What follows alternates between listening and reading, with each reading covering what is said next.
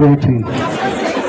আপনারা জানেন যে বিগত দিনে একটু আগে আমাদের সম্পাদক কায়সার কামাল এবং তার পূর্বে রুহুল কুদ্দুস কাজল বলেছেন যে আইনজীবীরা কন্টেম্প পর্যন্ত খেয়েছে এই দেশের ফ্যাসিস্টদের তাড়াবার জন্য, কিন্তু তারা আপোষ করে নাই।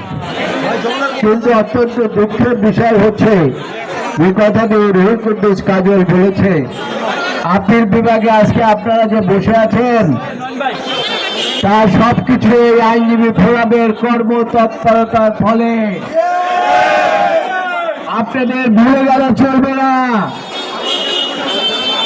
যে আগের যে আপিল বিভাগের বিচারপতি বৃন্দ তারা কিন্তু আইনজীবী ফোরামের আন্দোলনের কাছে মাথা নত করে পালিয়ে গিয়েছে রাতের বেলা। তাদেরকে আমাদের তাড়াতে হয় নাই। আমরা ভেবেছিলাম যে এই যে হাইকোর্টের যারা দীর্ঘদিন আমাদের নেত্রী বেগম খালেদা জিয়াকে বাড়ি ছাড়া করেছেন, যে কথা আগে সম্পাদক সাহেব বলেছেন, যাকে দীর্ঘদিন আটকে রেখে তাকে মৃত্যুর দিকে ঠেলে দিয়েছিলেন, আপনারা এখনো কিভাবে বসে আছেন?